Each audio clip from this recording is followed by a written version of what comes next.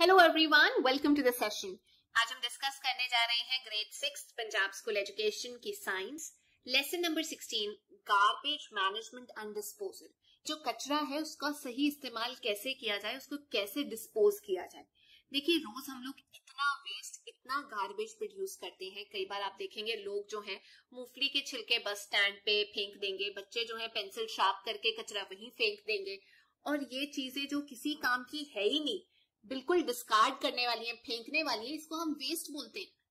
अब यही जो वेस्ट है ये अलग अलग तरीके का हो सकता है। सॉलिड जैसे छिलके हो गए फल सब्जियों के, लिक्विड जैसे आप कपड़े धोते हैं तो जो पानी निकलता है वो लिक्विड वेस्ट हो गया। गैसियस वेस्ट होता है जैसे धुआं निकल रहा है, स्मोक निकल रहा है फैक्ट्रीज में से। जो सॉलिड वेस्ट होता है उसे ज्यादातर हम गार्बेज बोलते हैं, और उसे जहां फेंका जाता है, खड्डा सा बना के उसे जहां फेंक दिया जाता है, स्टोर कर दिया जाता है, उसे हम डंप बोलते हैं।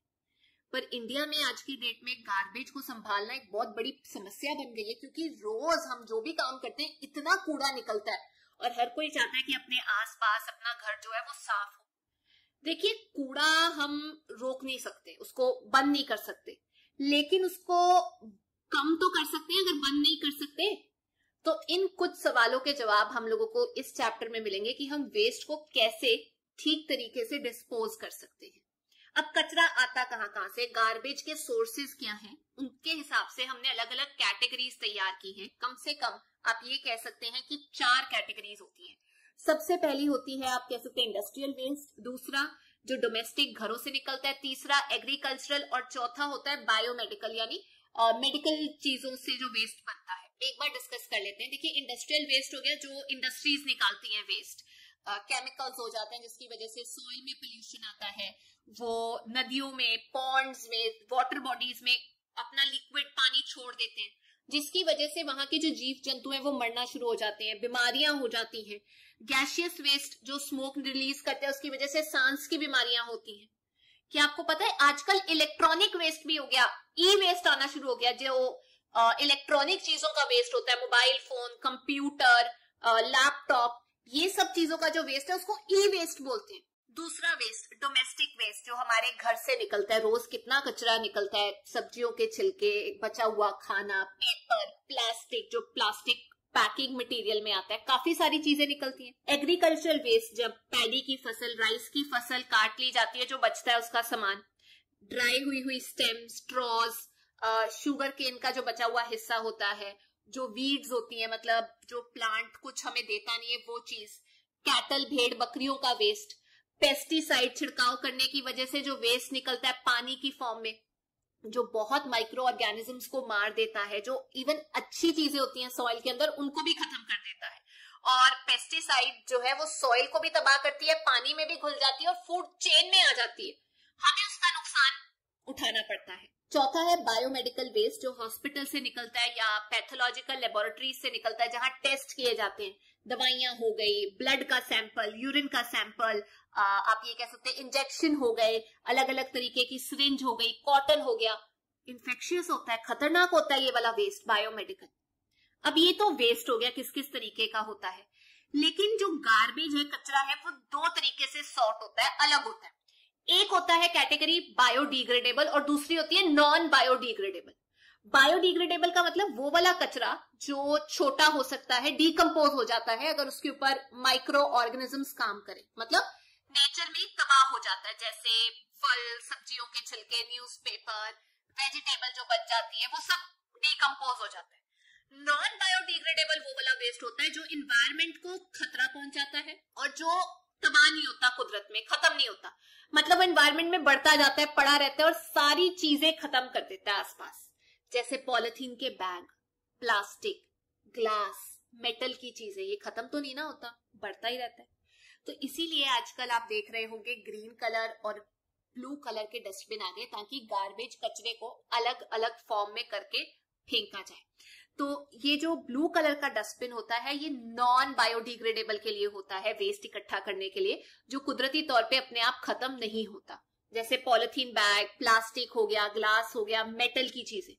जो ग्रीन वाला होता है, मतलब इन्वायरमेंट फ्रेंडली आप कह सकते हैं, जो डिग्रेड हो जाता है, उसे हम बोलते हैं बायोडिग्रेडेबल चीजों के लिए होता है। जैसे आप कह सकते हैं न्यूज़पेपर, फल सब्जियों के छिलके, वो हम ग्रीन वाले डब्बे में डालते हैं। तो आप कोशिश करिए कि अलग अलग करके वेस्ट को फेंकें। अब वेस्ट को कैसे डील किया जाए, कचरे को कैसे खत्म किया जाए, उसके अलग अलग तरीके हैं। सबसे पहला है कंपोस्टिंग। कहने का मतलब जो बायोडिग्रेडेबल वेस्ट है उसको डीकंपोज किया जाता है, उसकी खाद बनाई जाती है, उसके ऊपर माइक्रो ऑर्गेनिजम्स को काम करने दिया जाता है, छोटे मोटे कीड़े मकोड़े। जो खाद बनती है उसमें बहुत न्यूट्रिएंट्स, अच्छे पदार्थ होते हैं जो जरूरी होते हैं, आप कह सकते हैं सॉइल में मिलना, ताकि प्लांट्स ग्रो कर सके। इसे खाद के तरीके से गार्डनिंग में, हॉर्टिकल्चर, जो प्लांट्स हम सजावट के लिए इस्तेमाल करते हैं या फलों के लिए या एग्रीकल्चर में यूज किया जाता है। आप भी ये खाद बना सकते हैं ऐसी अपने स्कूल में, घर में जो वेस्ट है, ऑर्गेनिक वेस्ट, पत्ते हो गए, फल सब्जियां हो गई, टिफिन में अगर कुछ बच जाता है, वैसे तो छोड़ना नहीं चाहिए, तो उसे एक खड्डा बना के उसमें स्टोर कर दीजिए, दबा दीजिए और थोड़ा पानी डाल दीजिए, उसके ऊपर मिट्टी की एक परत डाल दीजिए, 4-5 हफ्ते उसे ऐसे ही रहने दीजिए। उसके बाद उसकी खाद बन जाएगी जो आप प्लांट्स में डाल सकते हैं। दूसरा तरीका वर्मी कंपोस्टिंग। इसमें अर्थवर्म का इस्तेमाल किया जाता है। पहले माइक्रो ऑर्गेनिजम्स का इस्तेमाल करते थे, पिछले केस में जो हमने पढ़ा था कंपोस्टिंग में। वर्मी कंपोस्टिंग भी सेम चीज होती है, इसमें अर्थवर्म का इस्तेमाल किया जाता है, खास तौर पे रेड अर्थवर्म्स का, याद रखिए। तो अर्थवर्म जो वेस्ट मटेरियल है उसको कंपोस्ट में तैयार कर देते हैं। सिंपल होता है, सैंड जैसा ही निकलता है जो सामान निकलता है बाद में, लूज मिट्टी। ये भी आप कर सकते हैं अपने स्कूल में, एक खड्डा बना के छाया में, उसमें ना ये नमक वाली चीजें मत डालना, जैसे अचार हो गया, सॉल्ट वाली चीजें। आप बायोडिग्रेडेबल वेस्ट उसमें डाल सकते हैं, पत्ते हो गए, खाना हो गया, ऑयल, नमक, अचार, ये सब नहीं डालना। उसके बाद उसके ऊपर पानी डाल दो और उसके ऊपर आप रेड अर्थवर्म छोड़ दीजिए।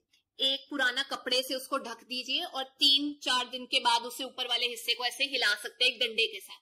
तो आप ये देखेंगे जहां पे आप फिर से पानी डालेंगे 3-4 हफ्तों बाद, वहां अर्थवर्म आ जाएंगे गीले में थोड़ा।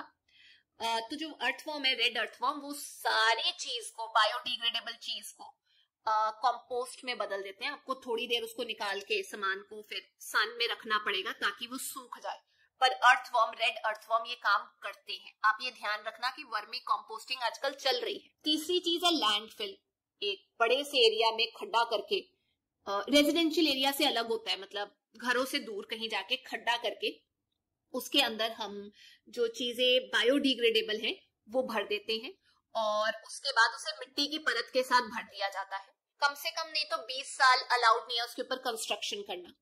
और आप अगर एग्जाम्पल देखना चाहें कि लैंडफिल के ऊपर क्या बनाया गया है, तो आप देख सकते हैं कि उसके ऊपर प्लेग्राउंड, पार्क्स बनाए जाते हैं। मिलेनियम इंद्रप्रस्था पार्क जो है न्यू दिल्ली में, वो कंप्लीटली एक लैंडफिल की साइट है जहां कचरा फेंका गया था, फिर एक परत बना दी गई सॉइल की और फिर काफी देर बाद उसके ऊपर कंस्ट्रक्शन की गई।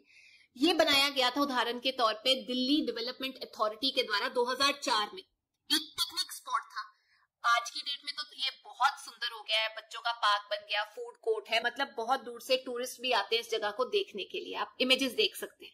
तीसरा तरीका है इंसिनरेशन। उसमें क्या किया जाता है, जो वेस्ट मटेरियल है उसे एक बड़े ढांचे में आग लगाई जाती है, आप ये कह सकते हैं। एक अलग डिजाइन का ढांचा होता है, उसे हम फर्नेस बोलते हैं, जिससे जो कूड़े का वेस्ट है वो कम हो जाता है। जनरली जो हॉस्पिटल से वेस्ट आता है उसको ऐसे करके खत्म किया जाता है, लेकिन इसके अपने नुकसान है।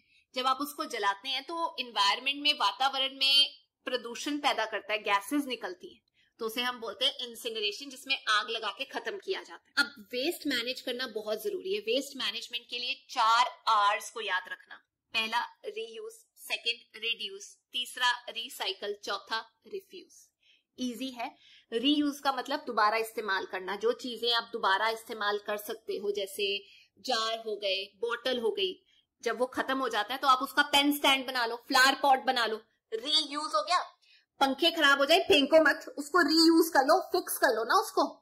दूसरी चीज रिड्यूस, मतलब जो वेस्ट आप निकाल रहे हो उसको रिड्यूस करो।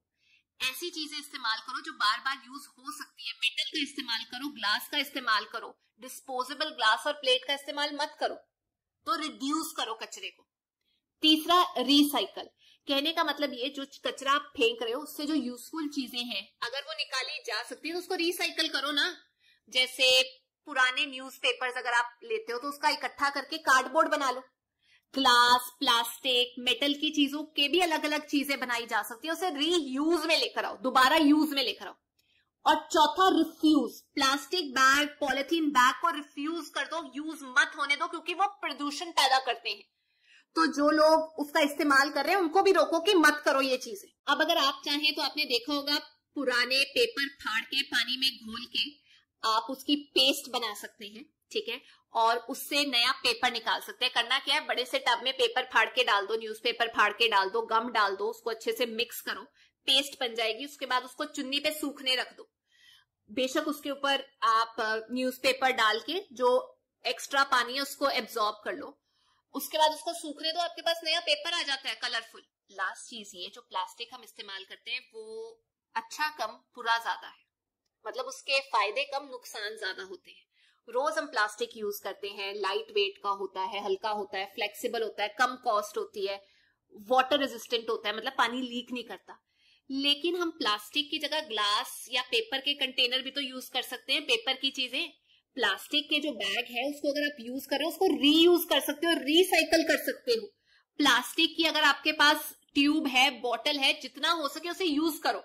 सिरिंज में, बॉटल में, इक्विपमेंट्स, हर जगह प्लास्टिक इस्तेमाल हो रहा है। फर्नीचर प्लास्टिक का बन रहा है, खिलौने प्लास्टिक के बन रहे हैं, डब्बे भी प्लास्टिक के बन रहे हैं किचन में या वैसे। प्लास्टिक जो है चीप है, आसानी से मिल जाता है, लेकिन थोड़ी दिक्कत पैदा करता है हमारी लाइफ में, क्योंकि ये नॉन बायोडिग्रेडेबल है, खत्म नहीं होता, डिस्ट्रॉय नहीं होता, सालों साल पड़ा रहता है, हमारी सेहत के ऊपर असर करता है।